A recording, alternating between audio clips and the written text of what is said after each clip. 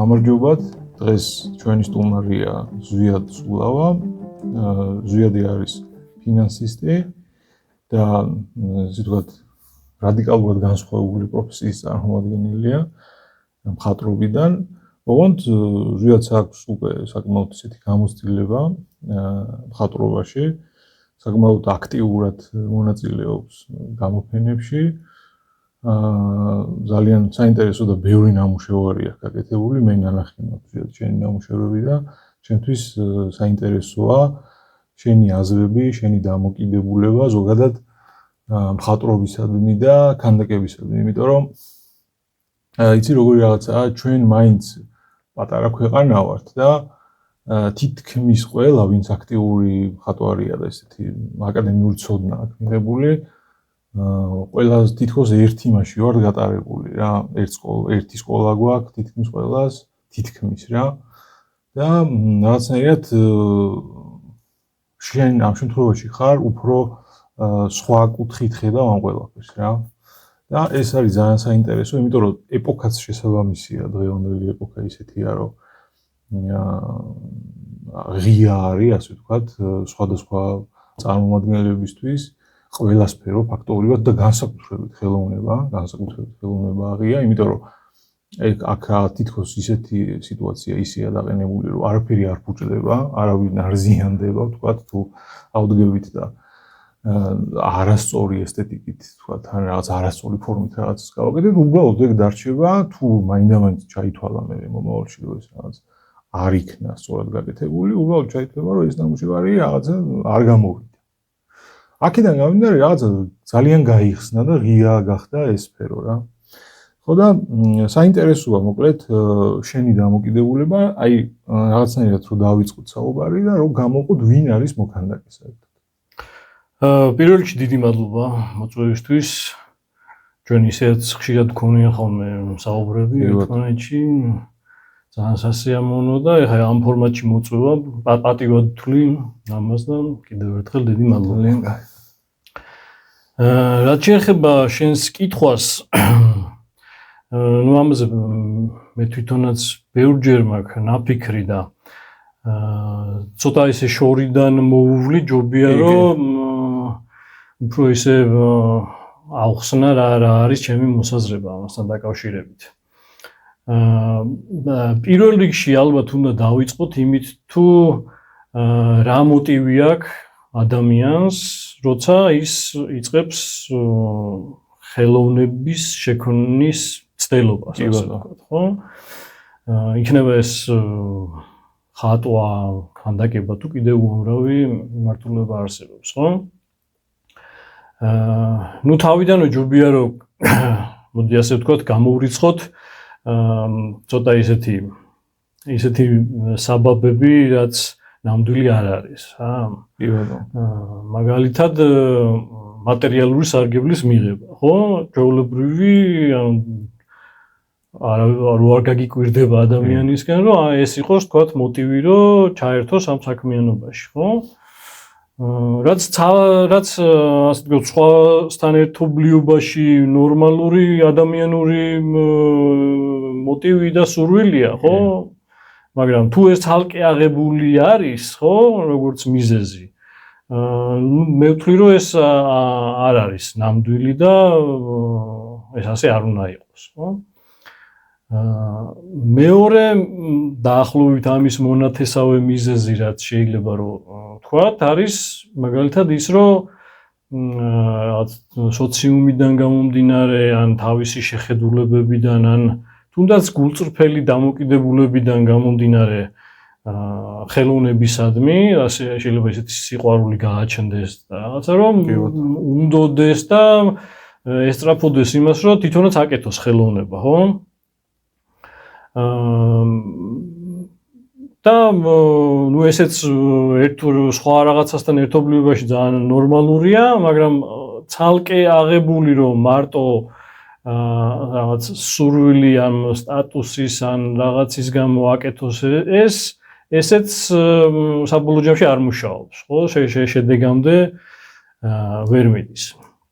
ეს იყო, ასე ვთქვათ, შეიძლება რამე გამომჩა, მაგრამ ეს ისეთი, ხო, რომელიც არც თუ ისე მართებული საბაბებია, ასე ვთქვათ, რომ ეს საქმე ადამიანმა აკეთოს. მერე მოდის ესეთი რაღაცა, ემოცია და ფილოსოფია, ასე დავარქმევდი რა. კი ბატონო. რომ შინაარსიდან გამომდინარე, რომელიც ადამიანს თქვათ რაიმე აწუხებს ცხოვრებაში დილემა რაღაცა ან ზოგადად საკაცობრიო ან რაღაცა უფრო კონკრეტული მოკლედ ფილოსოფიური საკითხი რომლის გადმოცემაც მოუნდება რომ მოახერხოს მხატვრული ფორმით. ანუ ძალიან ეს არის რა ვიცი ძალიან ხშირი საბაბი გავრცელებული კი. და მეორე არის ემოცია. როცა ადამიანს ემოცია ანუ ადამიანი ემოციური არსებაა, ხო? ანუ იმდენად ძლიერი ემოციები იპყრობს და თან ეს მოსდგამს თვითონ რომ ეს მხატვრულად გადმოსცეს, ამ ემოციას ცდილობს რომ ასახოს თავის ნახელავში, ასე ვთქვათ. კი. ამ ორთან დაკავშირებით ოღონდ ისიც უნდა ვთქვათ, რომ იმ კონკრეტულ პიროვნებას უნდა შეეძლოს ორივეს განცდა, ხო? ეხლა თქვათ ისეც არ არის, რომ ყველას შეუძლია რაღაც პრობლემის დანახვა, ან ფილოსოფიური რაღაცა განჭრეტა და თუნდაც ემოციის იცი რა არის ემოციის გამოხატვაზე კი არა ემოცია რომ დაეუფლოს ეგეც უნარი არის ადამიანის ხო და მხატვრებში ხელოვანი ხალხი ცნობილია რომ განსაკუთრებულად ემოციური ხალხია ასე კი ბატონო ხშირად ეს არის ეს ძირითადი მოტივები, ასე ვთქვათ, რასაც მე ვფიქრობ, რომ რამაც შეიძლება ადამიანს მიიყვანოს იქამდე, რომ დაიწყოს ხელოვნების კეთება. ეხლა დგება მეორე საკითხი, რომ როგორ და რა ხერხით გამოხატოს ეს, ხო? კი ბატონო. ხე ჩვენ დღეს ვსაუბრობთ და ამ სტუდიაში ძირითადად ქანდაკებაზე არის ხოლმე საუბარი, ან ერთ-ერთი ხო მხატვრობაზეც. ერთი არის რომ ეს სახვითი ხელოვნებით გამოხატოს, თუმცა იგივე რაღაცები, ეს ემოციაც და ეს შინაარსიც ხელოვნების სხვა მიმართულებებით არანაკლებ კი არა არის მიმართულებები, რომლებსაც შეუძლია თქვა უფრო მძაფრად რო გამოხატოს. სხვანაირად ანუ არ ვიცი, ავიღოთ პოეზია, მუსიკა, კინემატოგრაფი, რაღაცა, ხო? და ადამიანს შეუძლია არჩევანი არასწორი სიტყვა, ანუ რაც მას გამოსდის, ხო და რაც გრძნობს რომ გამოუვა და რაც უბიძგებს ეს თავისთავად უნდა ხდებოდეს ეს არჩევანის გაკეთება იმ მიმართულებით მიდის, ხო? მაგრამ აქ ისმის ახლა კიდე ერთი კითხვა რა, ანუ ფილოსოფიაც ეს ემოციაც შეიძლება დაეუფლოს ისეთ ადამიანს, რომელიც თქვათ არ არის იმდენად დაჯილდოებული ამ მხატვრულად გამოხატვის ნიჭით, ხო და როგორ უნდა გავარკვიოთ ამ ადამიანს შეუძლია თუ არა ამ სფეროში ანუ შენ გულისხმობ ანუ კრიტერიუმები რა შეიძლება იყოს ხო აი როგორ უნდა მივხვდეთ შემფასებლები ვთქვათ რომ ადამიანი როცა აკეთებს ამ რაღაცას აი პოეზია ვთქვათ თუნდაც რა მარტივად რომ აი ლექსი ხო ახლა ბევრი ჩვენი ახლობელისგან შეიძლება ჩვენც ხანდახან დაგვიწერია ლექსი ხო მაგრამ ყველა ვინც ლექსს წერს პოეტი არ არის ხო ასეა მან სხვათა შორის კიდე უფრო რთულად არის მე მგონი საქმე სხვა მიმართულებებთან შედარებით პროზაში და პოეზიაში იმიტომ რომ იგივე მხატვრობა ან მუსიკა საკომპოზიტორო ფაკულტეტი არსებობს მხატვრობას მთელი აკადემია აქვს სადაც რაღაც დონემდე გასწავლიან. ხო, აი რაღაცა ისწავლება. ხო, იქ პოეზიაში მე მგონი ჩვენთან ყოველ შემთხვევაში არ გამიგია. ჟურნალისტიკა არის ერთადერთი სადაც შეიძლება წერის კულტურას ასწავლენ. ხო, არა, მეტი არაფერი. იქნება კი რაღაცა თქვათ სპეციალობების რაღაც აი მონათესავი არის მაგალითად ეგეთი საქართველოში ძალიან გავრცელებული იყო. ძალიან ბევრი მაგალითად ფილოლოგი მერე წერას იწყებდა.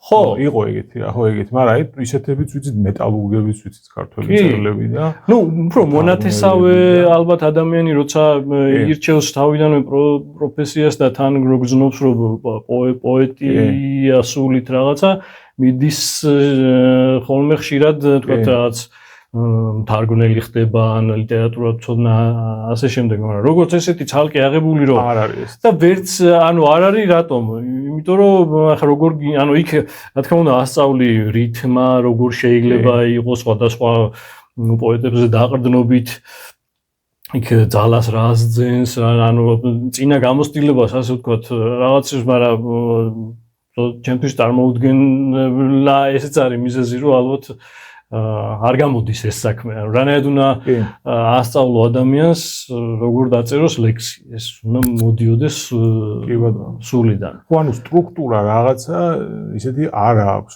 რაც შეიძლება მე გამის გამოყენება მოხდეს რაღაცნაირად. ნუ კი არის რაღაცები მაგალითად ფორმა, რომ სტროფი უნდა იყოს, ანუ 6 კი არა 4 იმისგან უნდა იყოს, ბოლოები უნდა ირითმებოდეს, ჯვარედინა შეიძლება მაგრამ რა თქმა უნდა, მაინც სტრუქტურა არ აქვს, იმიტომ რომ ბევრი ისეთი ლექსი ვიცით ჩვენ, პოეზია ისეთია, რომ შეიძლება აბსოლუტურად მოუხელთებელია ფორმაში, რა თუ შეიძლება ასე იყოს. კი ბატონო და მოგეთ რომ დაუბრუნდე ისევ თემას, ანუ როცა ადამიანი გადაწყვეტს, რომ ეს რაღაცა აკეთოს, ხო და ჩვენ ვართ შემფასებლები, მოდი ასე ვთქვათ, კრიტიკოსები დავარქვათ ჩვენ. კი ბატონო. აქაც რა თქმა უნდა მარტივად საქმე არ არის, შედარებით კი არა, უფრო მარტივად არის საქმე, როცა საუბრობთ ხელოვანზე, რომელსაც უკვე გავლილი აქვს თავისი გზა, შეიძლება ცოცხალი იყოს, შეიძლება გარდაცვლილი იყოს, მაგრამ ანუ მთელი მისი შემოქმედება წინ რო გიდევს უკვე იქ პრინციპში კრიტერიუმი ანუ შეფასების შესაფასებლად იყენებ მის ნამუშევრებს, ხო? სხვა რა უნდა გამოიყენო. ხედავ უკვე რა მის დინამიკას, მისი განვითარება როგორ მიმდინარეობდა, თვითონ ნამუშევრები როგორი გააკეთა, რამდენად ცოცხალი, რამდენად გამომსახველი, რამდენად პრობლემატიკა, შიგნით ასე შემდეგ და ამაზეც კარგი იქნება თუ ვილაპარაკებთ, ანუ კონკრეტულად კრიტერიუმი რა შეიძლება რომ იყოს ნამუშევრის შესაძლებლად და ნუ მოკლედ წინ გიდევს ამ ადამიანის მთელი ნაღვაწი, მთელი შემოქმედება და უკვე თამამად შეიძლება თქვა რომ იყო თუ არა ეს ადამიანი ნამდვილი ხელოვანი დავარქვათ? კი ბატონო, შეიძლება ეს. ასე დავარქვათ ნამდვილი ხელოვანი. გულწრფელი ალბათ. გულწრფელი ხელოვანი. უფრო რთულად არის საქმე, როცა განვიხილავთ შემოქმედებას ადამიანისას, რომელიც აი რაღაც სხვა ეტაპზე, ანუ შუა ეტაპზე, ანუ თუნდაც დასაწყისში ახალგაზრდა ხელოვანი არის. და ნუ ყველა შემთხვევაში მე ხო იშვიათი გამონაკლისებია, როცა ცირი ასაკშიც კი უკვე ჩანს, რომ ის არის რა, ის ნამუშევრები უკვე მეტყველებს, რომ ის შემდგარი ხელოვანი არის. რა ვიცი, უამრავი მაგალითია, პეტრე ოცხელი მაგალითად. 30 წლის დახვრიტეს და მანამდე როგორი მემკვიდრეობა დატოვა, ხო? ხო და ესეთი ადამიანის შეფასებისას უკვე მე მგონი უნდა რა თქმა უნდა ნამუშევარს ვაფასებთ ისევ და ისევ, მაგრამ თან მისი დამოკიდებულება როგორი არის, რამდენად დიდი ადგილი უკავია მის ცხოვრებაში ამ საქმიანობას. ალბათ ესეც კრიტერიუმია. დღეს უკვე ეგეც არის კრიტერიუმი. კი, იმიტომ რომ აი მაგალითად ეს საინტერესო თემაა რა. აი ხლა რომ დავფიქრდი ხო, გამახსენდა ეგეთი რაღაც, რომ აი აღმოსავლეთში, განსაკუთრებით ისლამურ სამყაროში საერთოდ არც კი არის, რა თქმა უნდა, ისინი არ გამოსახავენ ცოცხალ არსებებს რა, რელიგიურად არ არის მიზანშეწონილი, მაგრამ აი ხალიჩებია ბევრი ხო გაკეთებული, ნაწერებია, ტექსტებია, შენობებია რაღაც და სულ ერიდებიან ავტორის დაწერას. თვითონაც ავტორები ზერიდებოდნენ და მერეც ეს რაღაცა ითვლებოდა, რომ მაინც აი საქციელი არის. და სხვა შორის ჩვენთანაც არის ეგ ეკოთ მოსული, რომ თითქოს არის რაღაცა ისეთი ჩვენთანაც ბევრი ისეთი ნამუშევარი, რომელზეც ავტორზე აქცენტი არ არის გაკეთებული. თუნდაც მაგალითად ეს იგრძნობა ვეფშტყაოსანზეც, რომ შოთა რუსთაველი პირობითი სახელია, ხო, სინამდვილეში შოთა რუსთაველი, არც კი ვიცით იმას, სინამდვილეში სამწუხაროდ არ ვიცით ვინ იყო. მაგრამ აი დასავლეთში თან დღეს განსაკუთრებით უკვე ისეთი ეპოქაა, რომ შეიძლება ისიც კი ვთქვათ, რომ ნამუშევარი ავტორის გარშე აღარც არსებობს. დღეს მაგალითად ეგეთი ეპოქაა და მე ამან იმდენად უცნაური ფორმები მიიღო, ზოგისთვის შეიძლება ნორმა, მაგრამ ვიღაცისთვის უნორმო, რომ ყოველ შემთხვევაში ძალიან შეიცვალა რა, იმიტომ რომ ადამიანები თავის ცხოვრებას აბავენ თლიანად, ფაქტობრივად აბავენ თავის ხელოვნებას რა. ადრე სრულებითაც არ იყო ეგ.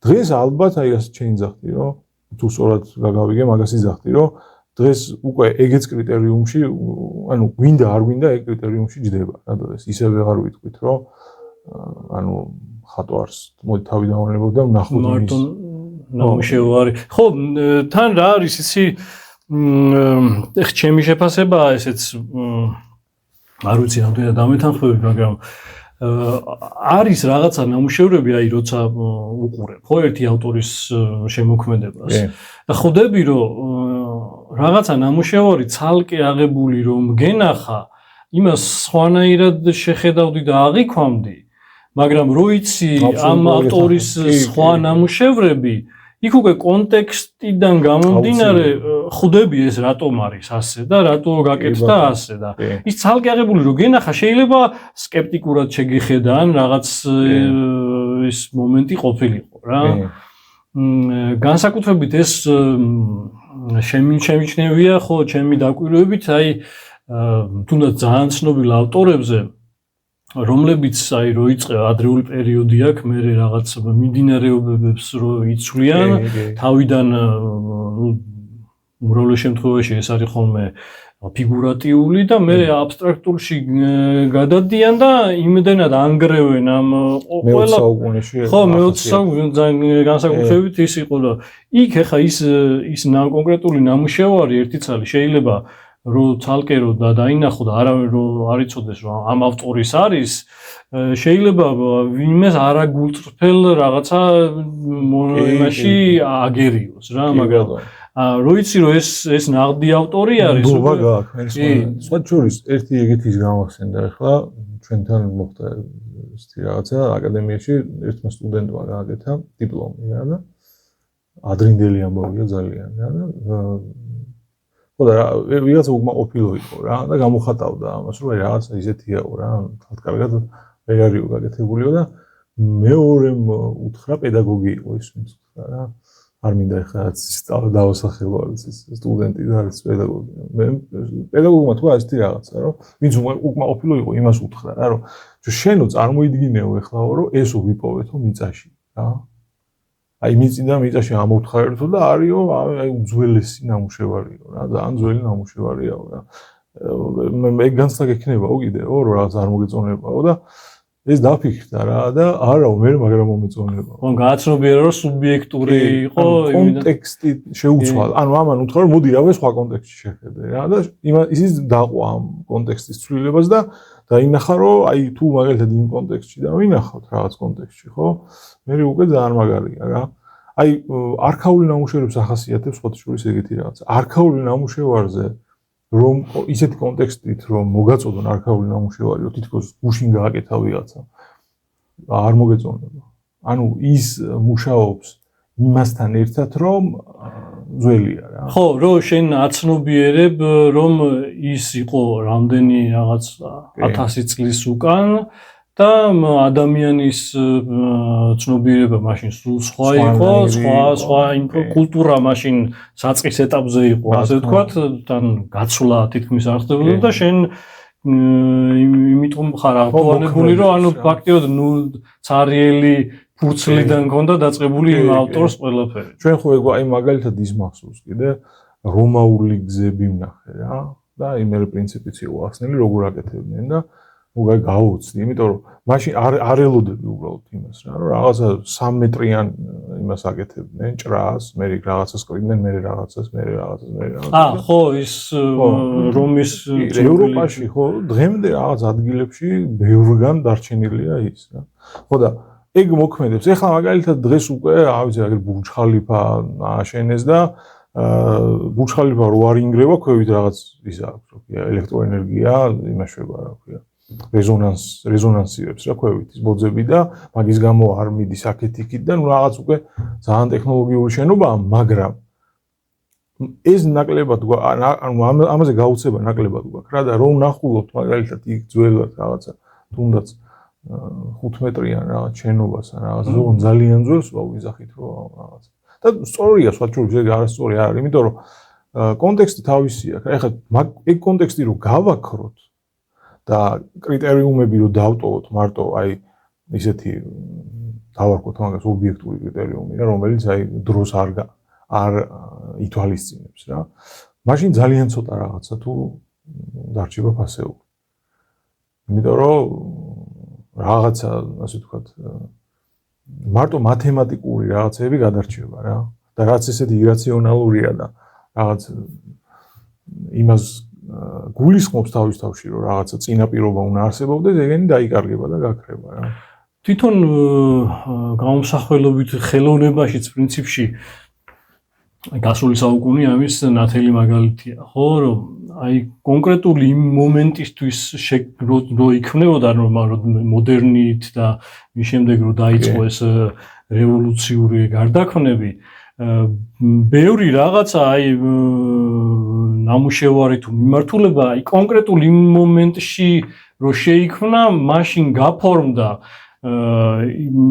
იმიტომ არის ძლიერი ასე ვთქვა და აღიქმება ძლიერ რომ იმ მომენტში შეიქმნა მაგრამ იმის მსგავსი მერე გაკეთებული თუნდაც რაღაცა ერთ თვეში ან ერთ წელიწადში ან იმავე პერიოდში გაკეთებული უკვე აღარ იყო ფასეული იმიტომ რომ ის რომ იმ მომენტში იმ კონკრეტულმა ადამიანმა თავისი ცნობიერება კარდინალურად შეატრიალა და ეს რაღაცა გააკეთა ამან გახადა ეს აი ვინ თქვა მაგალითად მალევიჩი მაგალითად კვადრატი ხო ეხლა მალევიჩის კვადრატს თავისი მიზეზები ჰქონდა რატო შეიქმნა მაგრამ მე ვიღაცა სხვა ვიჩს რო გააკეთებინა უკვე მართკუთხედიან წრე უკვე აღარ გააკეთა კიდევაც მაგრამ აღარაფერი ის დარჩა ხო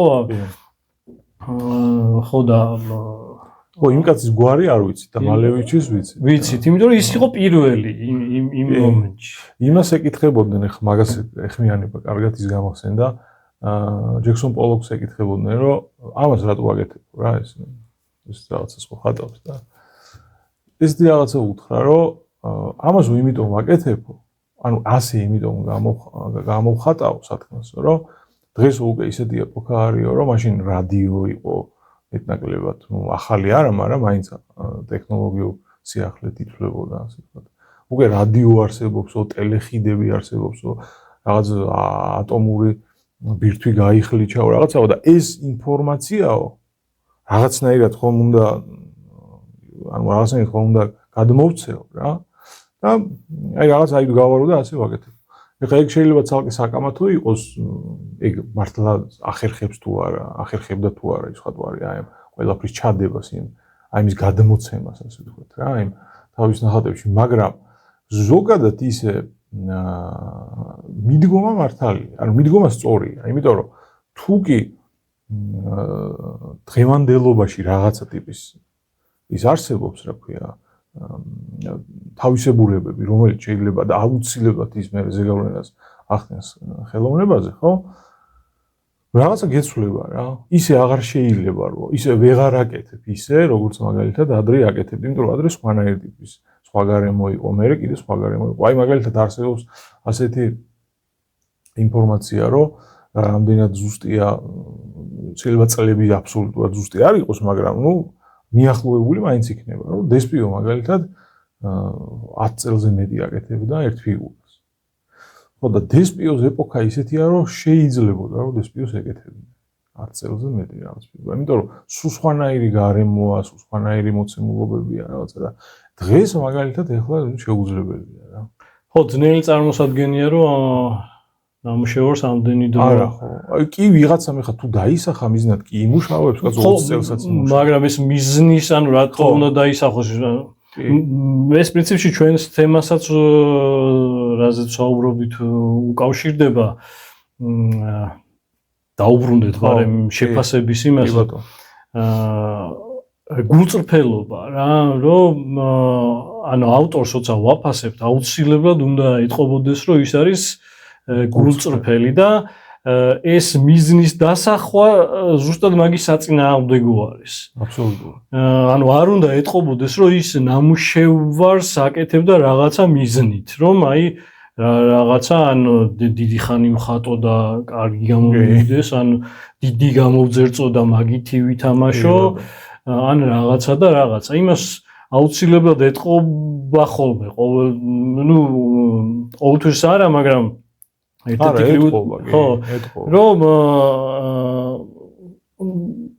გულით რაც უნდა და იმას აკეთებდა იმ მომენტში, იმიტომ რომ ეხლა ჩემი საკუთარი გამოცდილებიდან ვიტყვი და არ ვიცი შენ თქვი რომ შენ უფრო გაქვს შეხება ასე ვთქვათ სტუდენტებთან და ასე შემდეგ თვითონ ეს პროცესიც ხო ეს ქანდაკების პროცესი სულაც არ არის რაღაცა აი სიამოვნების მომტანი და იმ მომენტში რაღაცა ადრენალინის გამომყოფი და რაღაცა რომ მაგის გამო რომ მიადგე ეს ასე არ არის ხოლმე.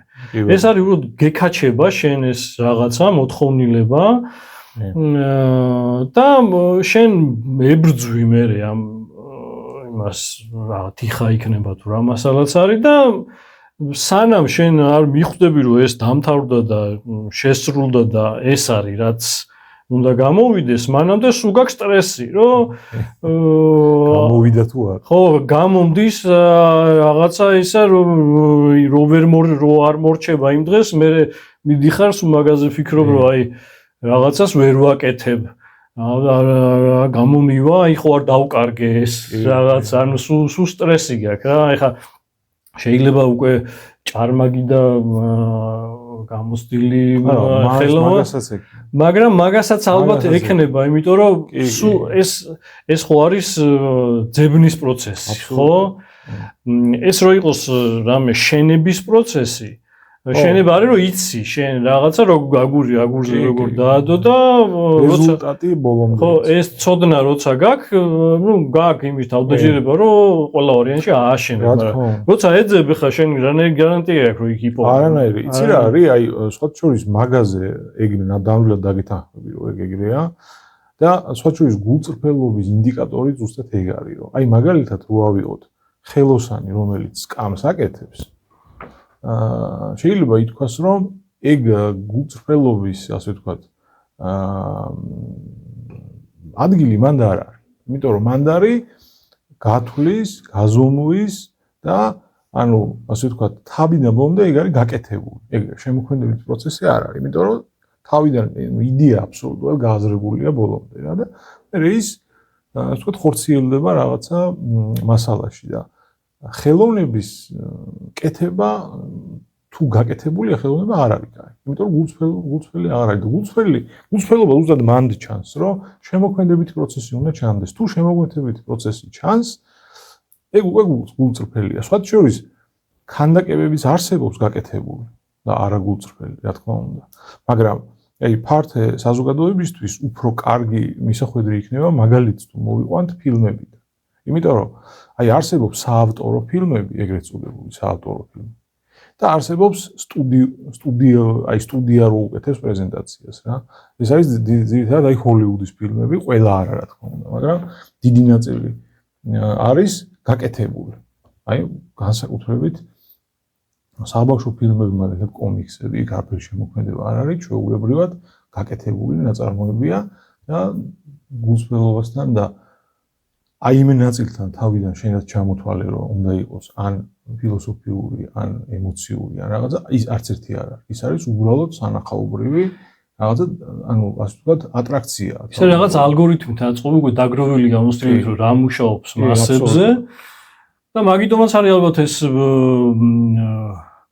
უფრო პროფესიულ კონკურსებში არასდროს არ მონაწილეობს ის ბესტსელერი ფილმი, ხო? იქ არის ძალიან ისეთი ვიწრო მიმართულების ფილმი. აი რეჟისორის ის რო არა, იქ რო იგზნობა, რომ იქ რეჟისორს რაღაცა აქვს ისეთი ინტერესი რა და ხო, ეგ აი გულწრფელობის კრიტერიუმი შეიძლება ითქვას, რომ ეგეც არის, რომ თუ მაგალითად შემოქმედებითი პროცესი არის, იქ უკვე გულწრფელობაც არის და თუ არ არის, ხანდაკებაც ბევრია სხვა ჩვენში. ყველაფერში ეგ ძალიან საინტერესო თემაა ზოგადად.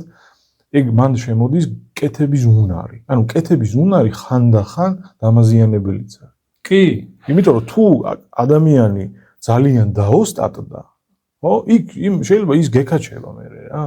იმიტომ რომ ის რაღაცნაირად იმას გაძლევს, რა ქვია. სასიამოვნოა, როდესაც რაღაცა ხო, ცოტა ცდუნებაა, ხო. თვითონ ოსტატიც ხშირად იხმარება ხოლმე ამ ხელოვანის აღსაწერად თუ დასარქმება. სინამდვილეში ოსტატის ზუსტად იმ საპირის ოსტატი უფრო არის, ზუსტად ის აი კირითხურო ან რაღაცა მშენებელი ან რომელმაც ოსტატურად შეუძლია რომ ცოდნით და ანუ წინასწარ განსაზღვრულად რომ რაღაცა გააკეთოს და ეგ ისე ავტორებს მართალი ხარ რომ სხვათა ძალიან ცუდია ზოგი ახალგაზრდებსაც ემართებათ ხოლმე რომ რაღაცას რომ გამოიჭერენ ანუ იმ რაღაც ხაზს თუ რაღაცაში რომ კარგ რაღაცას გააკეთებენ ხო უნდა ეს რამდენად გაცნობიერებლად დაკეთებენ არ ვიცი ხე ყველას ინდივიდუალური ისტორია აქვს მაგრამ ნუ ეთყობ არიან ავტორები რომელსაც ეთყობათ რომ აი ის გააკეთა იმას მოარტყა და იმეორებს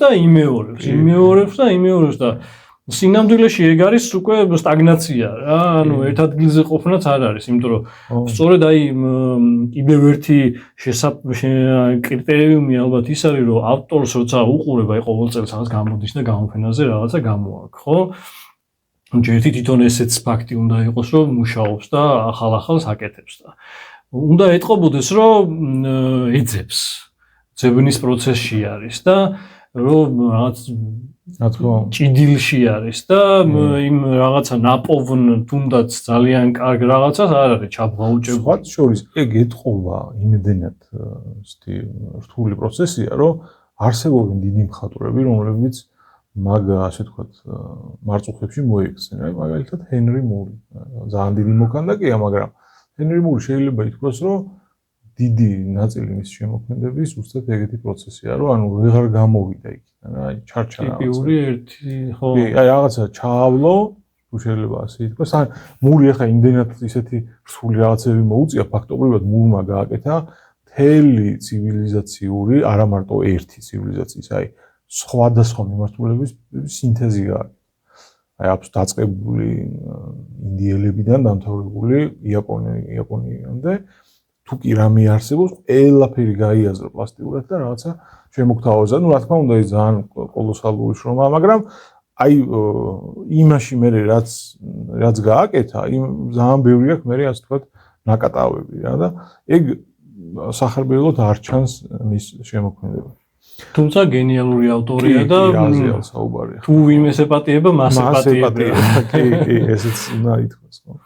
ზოგადად აი საინტერესოა გადავიდეთ იმ ნაწილზე, რაც ფაქტობრივად მაგას შევეხეთ ნაწილობრივ, მაგრამ აი უფრო კარგად რომ გამოვკვეთოთ ის თუ რა არის დღეს საერთოდ აი რა ამოცანების წინაშე დგას მხატვარი ზოგადად შენი გადმოსახედიდან და რა არის გასაკეთებელი ან როგორ არის გასაკეთებელი აი თუ შეიძლება ეს ასე ვთქვათ ნუ ეს საკითხი მე რა თქმა უნდა უყურებ ხოლმე შენს წინა ეპიზოდები ნანახი და გაჟღერებულიც ყოფილა მე მგონი და ამაზე ძალიან ბევრი ჩვენთან კი არა და ზოგადად სახელმწიფო სამყაროში თანხმდებიან რომ ხელოვნება დღეს არის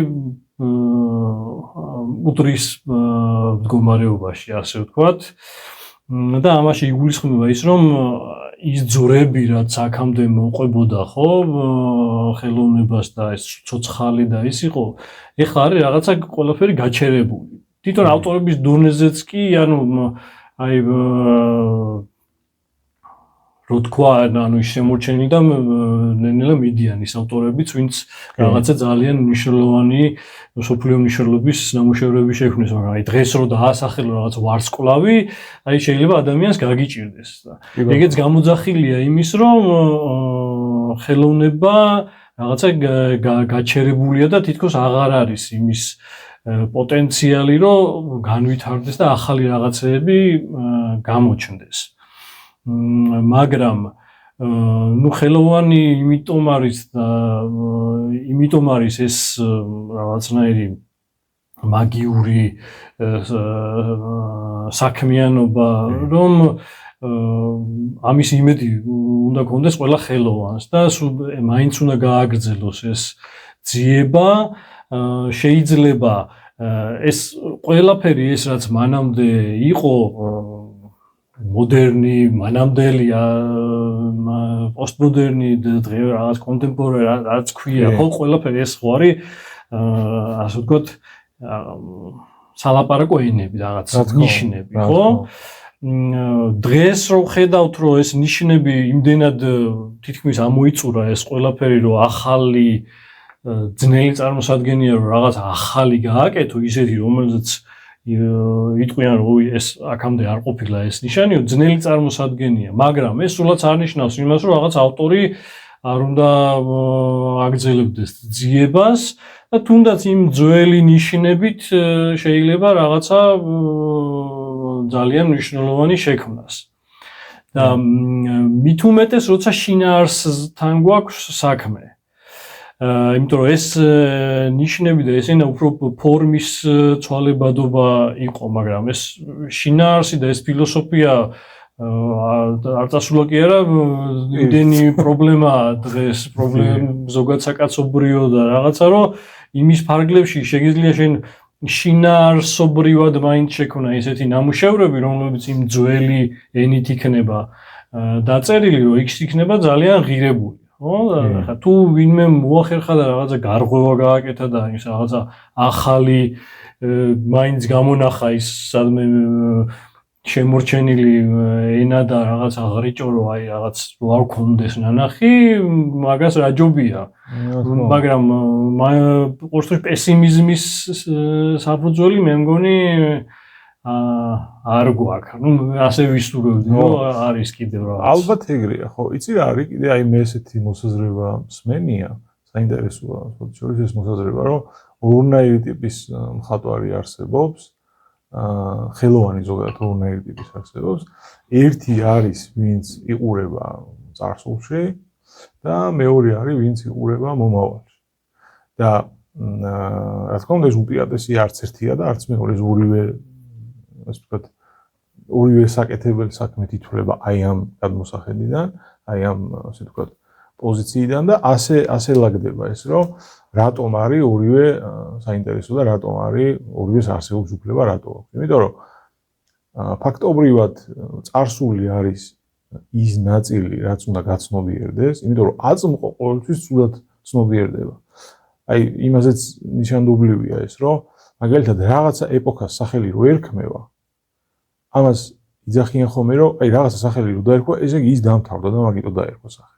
აი მაგალითად ეგეთი ის არსებობს რომ პოსტმოდერნი მაგალითად სიტყვა რო გაჩნდა ბევრმა ეგრევე თქვა რა ხელოვნებად ცოდნენ და კიდე ისეთმა ტიპებმა ვინც აი ესე პულსი ხელი უდეთ რომ პოსტმოდერნი სიტყვა რადგან გაჩნდა ესე იგი პოსტმოდერნი დამთავრდა. მოდერნზეც იგივე. და რაღაც თვალსაზრისით იგი მართლა ეგრეა, იმიტომ რომ მაგალითად აი პირველი პოსტმოდერნისტული ნამუშევარი, აი ტიპიური პოსტმოდერნისტული ნამუშევარი, რაც მე მახსენდება, ის არის ბულგაკოვის ოსტატი და მარგარიტა და ძალიან დიდი ხნის წინ არის დაწერილი. ფაქტობრივად მოდერნიც იყო და პოსტმოდერნისტული ნამუშევარიც გაჩნდა. და მე რა თქმა უნდა ეს ნელ-ნელა აი ამ ახალმა ფორმამ, ახალმა ენამ, ამ ახალმა ნიშნულებმა ის ძველი ფორმები ჩააჩოჭა და ჩაძია რა. ხო და ეს წარსულში გახედვა რა თქმა უნდა ამიტომ არის საჭირო რომ იქ რაღაცები დავალაგოთ რა, აი ვიღაცა კაცი რაღაცას თუ აკეთებდა მომავლიდან უფრო კარგად ჩანს ის რატო აკეთებდა ამას. და ეხლა რაც შეეხება მომავალს, მომავალში მიცხოვრება, ესეც ძალიან მნიშვნელოვანია, იმიტომ რომ ფაქტობრივად ხელოვანი რაღაც თვალსაზრისით საზოგადოების გზამკვლევია. სხვა შორის ხშირად მორალურადაც კი. და თუ მორალურად არა, შეიძლება სუფთა ესეთი ტენდენციებს მხატვარი ქმნის, ხელოვანი ქმნის, ამ შემთხვევაში უფრო მხატვარს ვიტყოდი, იმიტომ რომ ჩვენ აი მაგალითად ისეთი სამყარო როგორც არის ურბანული სამყარო, უზარმაზარი გახდა, ხო, ურბანული სამყარო, რა ადრე თუ რაღაც რამდენიმე ასეული, კვადრატული, რამდენიმე ათასეული უფრო კვადრატული მეტრი იყო, ეხლა არის რაღაც გიგანტებია, ხო, ქალაქები. და ეს ქალაქი ისეთია, რომ იქ აბსოლუტურად ყველაფერი არის დიზაინი. შიგნით. ერთადერთი თუ კი რამე ბუნების იმას იმეორებს, ეს არის ხე და მცენარე რა, რაც იქ დარგულია. ისიც ყველგან არ არის. ისიც ყველგან არ არის. ისიც დარგული როა, მე იქ ადამიანის ფორმა, ადამიანი მაინც ფორმას აძლევს რა, იძახის რომ მოდი აქ აკაციები დავრგოთ, აქ ნაძვი დავრგოთ, აქ ბუჩქი დავრგოთ. ხო და ეს მთლიანად გამოდის ისეთი რაღაცა, რომ მთლიანად გააზრებულია ადამიანის მიერ ეს სივრცე. ხო და რა თქმა უნდა, ამ მიმართულებით არის ფაქტობრივად თავიდანვე განსაზღვრა, ანუ განსაზღვრებას აკეთებს ამას თავიდანვე მხატვარი. ოღონდ რა თქმა უნდა, ეყრდნობა ტექნოლოგიურ შესაძლებლობებს. სხვა შორის ამას წინათ ნახე ძალიან საინტერესო ნახატები იყო, ავტორი აღარ მახსოვს, სადღაც 60-იან წლებში თუ 50-იან წლებში იყო ნახატები გაკეთებული 21 საუკუნის. და ხო, არის ტურისტული ხედვები იყო და არის ძალიან უცნაური რაღაცები. რა თქმა უნდა, იქიდან ერთი 90% არ გამართლდა, ალბათ. მაგრამ ძალიან საინტერესო რაღაცებია რა. თუნდაც აი მფრინავი მატარებლები და ეს რაღაც ისეთი ის კი არ არის რაღაც თავისუფალი ფანტაზია. არა, იქ რაღაცა კონსტრუქციებია მოფიქრებული, როგორ უნდა დაფრინავდეს ეს მაგნიტური ბოძებია და ამაში რომ თვითონ ფანტასტი ისინი ავტორები ვინც არიან მაგ პერიოდის, რამდენი რაღაცა ახდა იმათი უამრავი, ხო, უამრავი რაღაცა. განსაკუთრებით მაგალითად მე ეს ხელოვნური ინტელექტის ეს ძალიან ძველი თემაა ესეც რა, რომ ანუ ადამიანის შექმნის რაღაცას, მათემატიკურს რაღაცას ისეც, რომელიც მე ადამიანს შეებრძოლება ან ჩაანაცვლებს ან ხო, რობოტი, მაშინ სად იყო რობოტიკა არის, ხო და უფრო ადრე ძალიან ძველი მოთხრობები არსებობს, ერთი მოთხრობა მახსოვს ეგეთი ბარმენია რობოტი და ვიღაც ქალი შეუყვარდება იმის როქია ამ ბარმენობის შესრულების დროს და მე თავს იკლავს ეს რობოტი. არის ძალიან ძველი ის არის რა მოთხრობა. ხო და მე ეს ყველაფერი რაღაცა აი თითქოს ეხლა ისეთ რეალობაში შევდივართ, რომ ეს შეიძლება რაღაცა იმათ იქცეს რა, ყოფიერებად. სხვათა შორის აი ეხლა გამახსენდა წინა სიუჟეტშიც გქონდათ ამაზე საუბარი, ხო? ამ ხელოვნური ინტელექტის და როგორც ხელოვნების ჩამონაცვლებლის შესაძლებლობა და მაგაზე ვიფიქრე და როგორი რაღაც აზრი დამებადა, იცი რომ ჯერ ერთი სკულპტურასთან მიმართებაში მე მგონი თლად ეგრე მარტივად ცოტა გაჭირდა. ვერ იზამს სპეციფიკიდან გამომდინარე, იმიტომ რომ ну ეხლა კარგად ვიცით რომ სკულპტურას ფერწერასთან შედარებით აღქმის თვალსაზრისით მეტი სხვა რაღაცა ჭირდება რა, ეს სამგანზომილებიანი არის და უნდა ნახო, უნდა შემოუარო და ის ეკრანზე დანახული ვერ იქნება, ვერ აღიქვამ ასე ვთქვათ რა და პრინციპში ფერწერაც ეგრე არის და გრაფიკა ისიც ჯობია რომ ნახო, მიუხედავად იმისა რომ ბრტყელია, პირდაპირ უშუალოდ ნახო.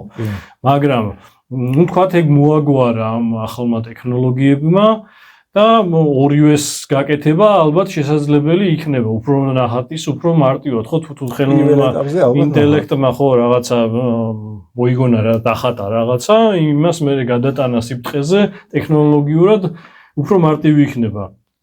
სკულპტურის უფრო შედარებით ძნელი, მაგრამ გაკეთებადია, რა თქმა უნდა. ეხაც გვინახია ხო CNC მანქანებით რაღაცები ქვასაც ყვეთავენ და მართალია იმას მე მაინც ადამიანის დამუშავება ჭირდება, მაგრამ აი დაშვება გავაკია და ყველა ვარიანტი ეგრე იქნება, რომ ტექნოლოგია ისე განვითარდება, რომ ხელით გაკეთებულს შეიძლება აღარ ჩამოუვარდებოდეს იმ რობოტითის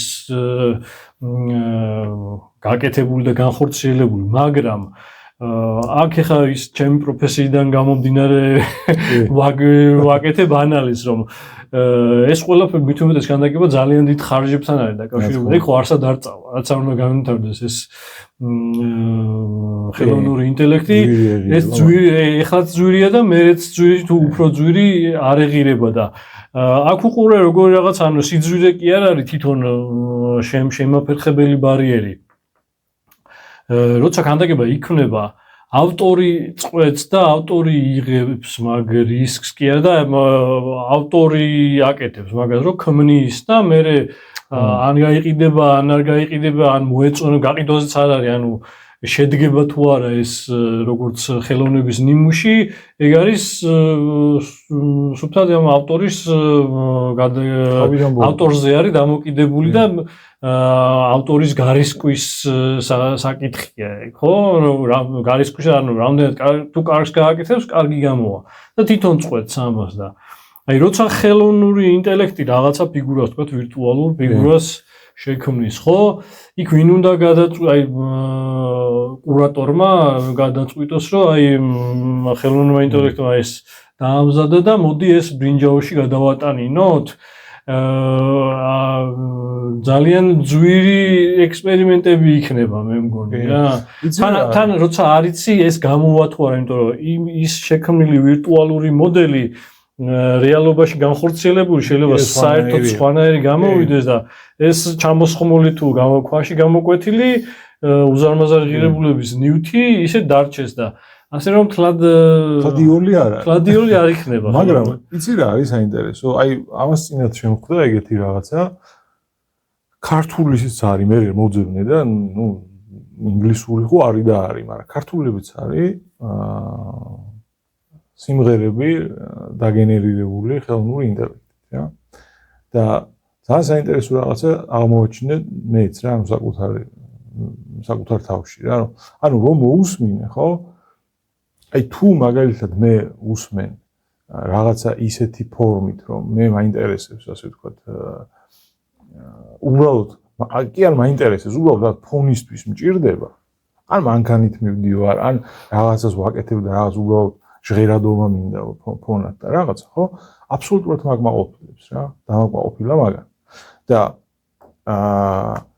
მე მივხვდი ეგეთ რაღაცას, რომ თუ მაგალითად ადამიანების აბსოლუტური უმრავლესობა საერთოდ ხელოვნებას უყურებს ასეთი ზუსტად ისე როგორც მე მაგალითად აი მაგას შევხედე რა, რომ სადღაც მანქანით მივდივარ და უბრალოდ არ ვარ ჩამეძინოს, არ ვარ მოვიწყინო რაღაცას ჩავდრო ფონად მინდა რა.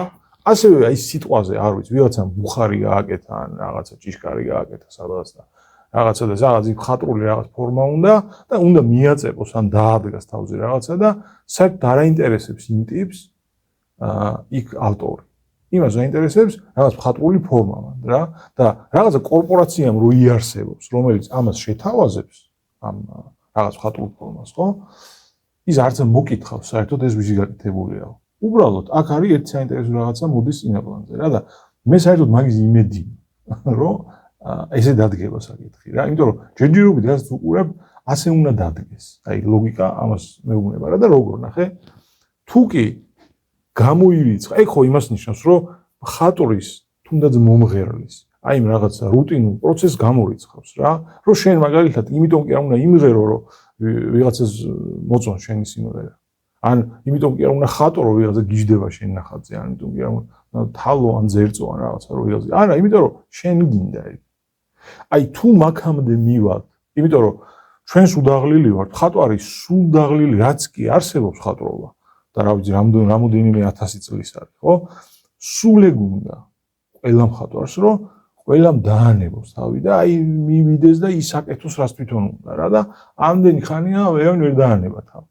აი ეხლა თუ მოხდა მართლა ეგეთი რაღაც დონეზე სწორედ დაანება კაცო. აგერ მე-19 საუკუნეში დაანება თავი და ცოტა აირია მაგის გამო მე რო დაანების თავი. მაგრამ ეგ კიდე სხვა თემაა. თუ მოხდა მართლა ეგრე რომ ეს გადავიდა არა პროფესიიდან გადავიდა მაგალითად სრულიად ისეთ რაღაცაში რაც არის უკვე გართობა ცუდი სიტყვა, მაგრამ შესაბამისი რამე არ აგვაქვს ჩვენ ადამიანებს რა. ჩვენ ხო ორად ყოფ ჩვენ საქმიანობას. ერთს ვეძახით საქმეს, მეორეს ვეძახით გართობას. ხო და აი თუ მაგალითად და საქმეს რას ვეძახით? საიდანაც რაღაცა შემოსავალია, ხო? და გართობა პირიქით შეიძლება გართობაში შენ დახარჯო შენი ფინანსები რა. და თუ მაგალითად შემოქმედება გადაინაცვლოს აქეთ ეგ მე მგონი ცუდი არაფერი არ არის, უბრალოდ მან ერთი პრობლემა დარჩება, რომ არ გაქრეს უბრალოდ რა. და თუ კი რაღაცნაირი ფორმით შეძლო არსებობა, პირიქით ეგ გახსნის უფრო იმას რა, იმიტომ რომ ვიღაცა კაცი ან ქალი ან არ ვიცი შემოქმედი რა, როდესაც რაღაცას აკეთებს და ეგრეთ წოდებული დამკვეთი twins უჭამს იმის კეთებისთვის, რომ აი ეგ ისე მინდა, აი ისე მინდა, ისე მინდა. აი მაგისგან განთავისუფლდება რა. ნუ აქ გამოდის რომ ჩვენ მივდივართ რისკი ამ ხელოვნური ინტელექტის ხელოვნად გარდაქმნაში, ასე ვთქვათ, არის ხო, ნაკლებად და შემსრულებლად იქცევა. შემსრულებლად იქცევა, მაგრამ აი უყურე ხელოვნური ინტელექტი რო არ იყოს, ისედაც ხო არიან შემსრულებლები, რომლებიც ასე ვთქვათ, ცუდი ხარისხის ნამუშევრებს აკეთებენ. მაგას ჩაანაცვლებს. ან ჩაანაცვლებს, ან დაემატება და უფრო მეტი იქნება და მან რისკი უფრო ის არის, რომ ამდენი მოცულობის ამ რაღაცა თრეშით, ასე ვთქვათ, შეფასების უნარი უფრო დაეკარგება, ისედაც ხო საზოგადოებაში რამდენ პროცენტს აქვს ახლა ხელოვნების ნაწარმოების შეფასების უნარი, ხო? არ არის ეს დიდი პროცენტი. არ არის ნამდვილად. მე ამ მოზღვავებული ცალკე რო დაემატება ეს ხელოვნური ინტელექტი უფრო ძნელი გახდება ალბათ და დარჩება ეს ცოტა მცირერიცხოვანი აუდიტორიის შესაფასებელი, ასე ვთქვათ, მაგრამ ისიც რო იყოს პრინციპში, უყურე ისე რო განვითარდეს ეს ხელოვნური ინტელექტი, რომ მართლა შეძლოს რაღაცა ღირებულის შექმნა, ხო? და დაბუშვა, დაშოვება გავაკეთოთ. კი ძნელი გადასახარში იქნება ადამიანისთვის, მაგრამ მე რა პრინციპში. ანუ ერთით მეტი ალბათ არა ის უფრო ბევრია, მაგრამ ბევრით მეტი კარგი ხელოვანი შეემატება ამ სამყაროს და ის ხო ყველაფერს არ ანუ კონკურენცია სად არის მაგრამ პრინციპში. არა, აბსოლუტურად. ის ხო ყველაფერს ვერ შექმნის. ანუ შენთვის შენი ადამიანი ხელოვანისთვის ყოველთვის იქნება რაღაცა და შეიძლება პირიქით ეს სასხლეტიც გამოდგეს იმისთვის რომ ადამიანმა უფრო სხვა ლეველზე რომ ის თავმოყარეობის საკითხი იყოს რომ ეს კომპიუტერი იგივე საკეთებს რასაც ჩვენ ვაკეთებთ და მოდი სხვა გავაკეთოთ რაღაცა და შეიძლება უკეთესიც კი გამოვიდეს მაგ თვალსაზრისით უფრო გამზაფრებად შეიძლება და ეგრეთ ვთქვათ რომ თუ მაგალითად აი ხო არის ეგ დილემა რომ აი გაუჩნდება თუ არა მართლა ინტელექტი რა. ხო და ან გაუჩნდება თუ არა მორალი და ეგ ისეთი საკითხია ჩემი აზრით რომ მაგაში გეთანხმები აბსოლუტურად რომ თუ გაუხდა ხო ეგ საერთოდ არ არის პირიქით რა. ანუ ეგ იმას ნიშნავს რომ ახალი გამოწვევა ანუ მისი ფასი ანუ რაღაცა ეგ არ გამოიწვევს იდეაში არ უნდა გამოიწვიოს რაღაც დაზაფრამ რომ აიმედე და ეხლა რა გვეშველება არაფერი უბრალოდ გასაგები გახდება რომ აი ეს გაირკვევა ბევრი რაღაცა როგორც მაგალითად ეხლა ის გაირკვა რომ შახმატს უკეთ თამაშობს და იმიტომ თამაშობს შახმატს უკეთ რომ უბრალოდ უფრო მეტ სითვლის ვიდრე ადამიანი აი ეგეთი რაღაცა გაირკვევა რა რომ აი თურმე შესაძლებელი ყოფილა იმიტომ რომ საერთოდ შემოქმედებითი პროცესი ეს ხო არ არის ძალიან კი არა პირიქით ნათელი კი არა და ბნელით მოცული რაღაცა რა იმიტომ რომ ამიტომ არის რომ არ არსებობს რეცეპტი, ამიტომ არის რომ სულ მაგალითად აი ვიღაცა რაღაცას რომ აკეთებს და რჩევას გეკითხება რომ აი ეს სწორად მივდივა არ ან თქვა რაღაც ესე ხო არ გავაკეთო, ისე ხო არ გავაკეთო. ძალიან სახიფათო და საშიშია, მან სიფრთხილეა საჭირო. და რატო არის სიფრთხილე საჭირო? იმიტომ რომ არ ვიცით.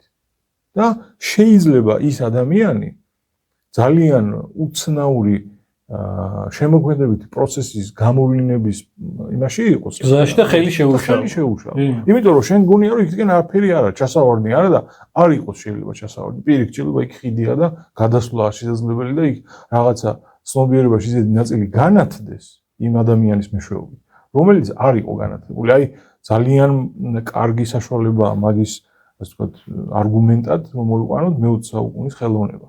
რომ მე-20 საუკუნის ხელოვნებაში თუ რამე გაკეთებულა, მე-18, მე-17 და კიდევ უფრო იქითკენ, ხო? იქითა ტიპებს რომ გადმოიხედათ აქეთკენ, ყველაფერზე იტყოდნენ რომ არ შეიძლება. არა, ამათმა გააკეთეს და თურმე გაიგო რომ შეიძლება. ამიტომ ეგ მართალი ხარ იმაში, როდესაც ამბობ რომ ადამიანების ის პროცენტი ძალიან დაბალია, ვინც ამაში ერკვევა და რადგან ეგ პროცენტი დაბალია, ეს ნიშნავს იმას, რომ ანუ კიდევ უფრო დაბალია იმის პროცენტი, ვინც ისიც ის რომ აი ეს სიფრთხილეა საჭირო რა. ხო და შეზღუდვები რა თქმა უნდა შეიძლება რაღაცნაირად თქვა, რომ აი ხელოვნურ ინტელექტს არ უნდა გავაკეთებინოთ რაღაცა მაგალითად და არ უნდა მივწოთ საშუალება რომ აი ეს გააკეთოს და არსებობს ეგეთი ხედვაც რომ შეიძლება პირიქით წავახალისოთ თუ კი რამენერად შეიძლება წახალისება რომ გამოგვარკვიოს, გამოანთავისუფლოს ის შესაძლებლობები, რაც ასე ვთქვათ, რითაც განსხვავდებით რეალურად ჩვენ ასე ვთქვათ რაღაცა მოდულებისგან რა, ციფრული მოდულებისგან.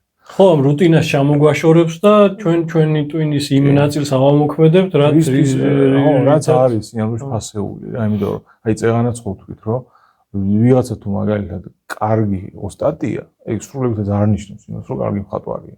ამისათვის კიდე რაღაც გულწრფელობაა საჭირო, შემოქმედებითი პროცესია საჭირო და აი ეს გვჩება მე ჩვენ რა, მე უბრალოდ ამას ხო აი იმისკენ ვარ, რომ ამის იმედი მაქვს თუ შეიძლება ასე იყოს, რომ აი ეს თავარი ნაწილი რაც არის ის ჩვენ უნდა დაგვჭეს ეს რა. ზოგადად აი საინტერესო იქნება თუ შევეხებით იმასაც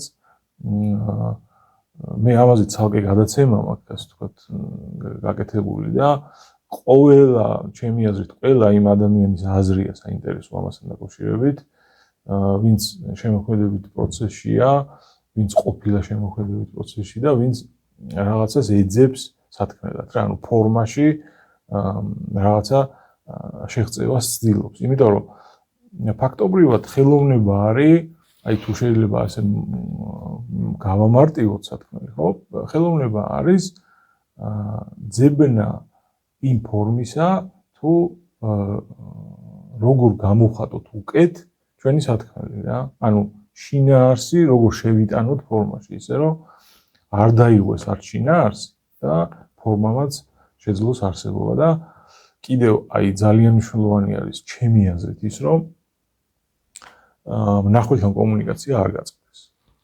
იმიტომ რომ რაცა უნდა იყოს ეს ვიღაცამ უნდა ნახოს მერე ნახველია საჭირო და მე უნდა შეფასება გაკეთდეს ამის და როგორია შენი დამოკიდებულება ან შენი პრაქტიკა, შენი გამოცდილება იმისა თუ როგორ უკავშირებ ერთმანეთს ფორმას და შინაარსს? ზოგადად ამ საკითხთან დაკავშირებით მაქვს ესეთი შეხედულება, რომ მოდი ჯერ ცალ-ცალკე ვიტყვი ამ ორ რაღაცაზე რა, რომ ცოტა შორის ამას უნდა გქონდა ჩემ მეგობართან ზუსტად ამ თემაზე საუბარი.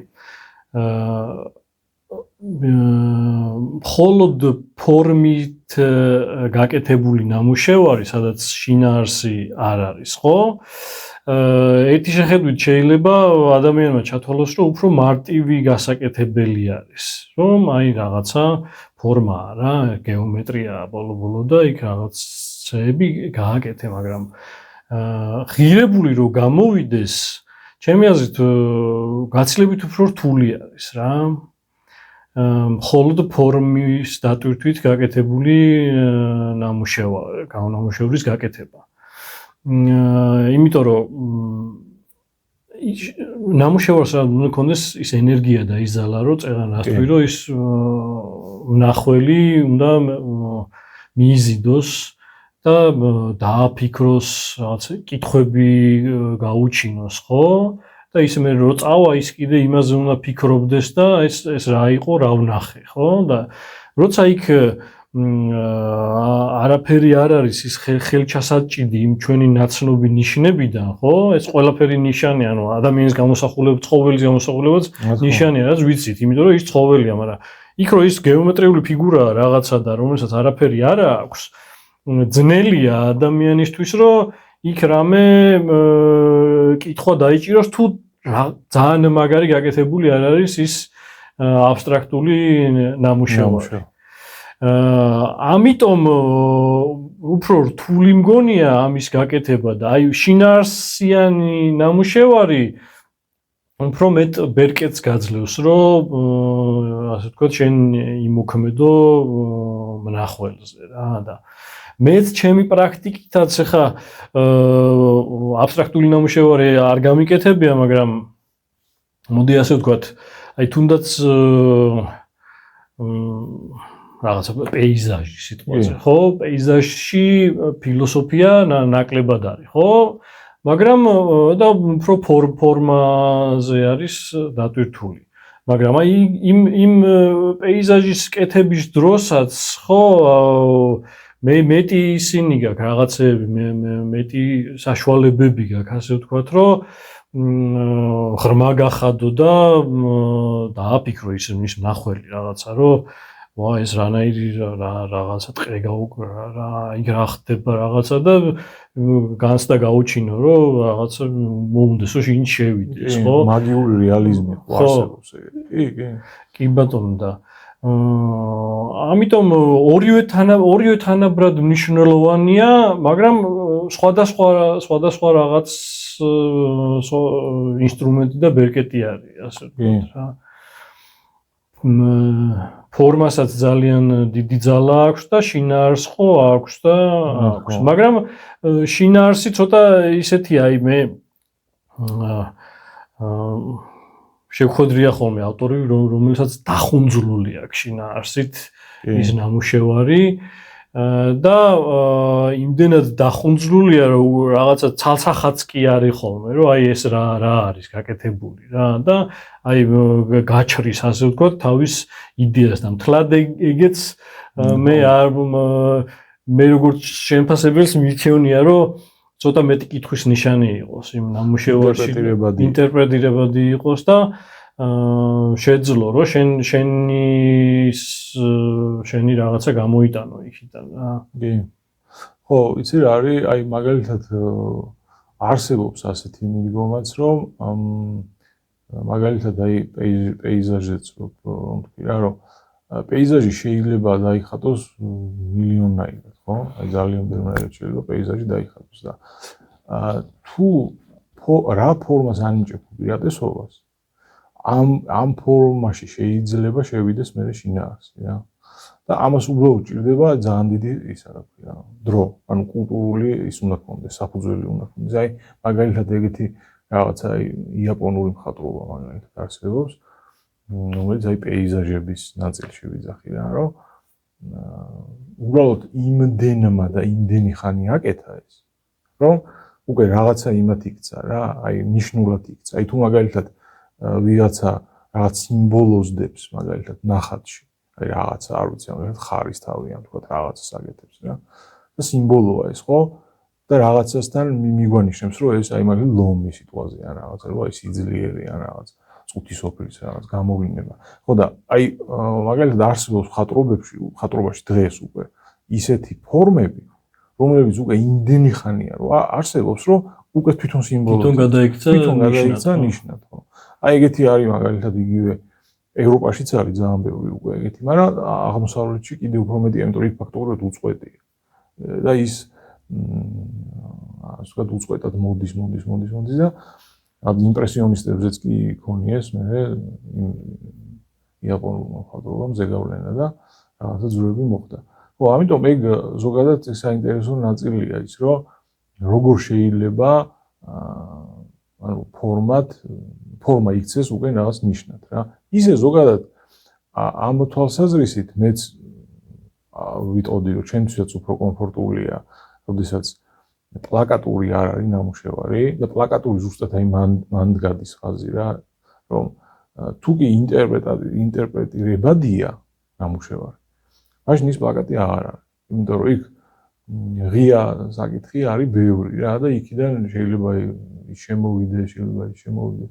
ხშირად არის ხოლმე სხვა შორის ისე, რომ თვითონ ავტორი ვერც კი იაზრებს, ვერც ხვდება რა გააკეთა და მე ანუ რაღაცნაირად მოტივირებული ან აქტიური მხატვარი დაინახა ხატვარი ან ნახველი მსმენელი არ ვიცი ვიღაცა დაინახავს ამას და იტყვის რომ აი ამას ეს გაუკეთებია აქ რა ეგეთი ნიშნები არსებობს მაგალითად რილკემ დაინახა როდენში ძალიან საინტერესო რაღაცები და მე დაწერა და თვითონ როდენისთვისაც უცნაური იყო რამდენადაც ვიცი, იმიტომ რომ სხვანაირი შეხედულებები ჰქონდა მას თავის ნამუშევრებზე და რილკემ სხვანაირად დაანახა ეს და ძალიან საინტერესო.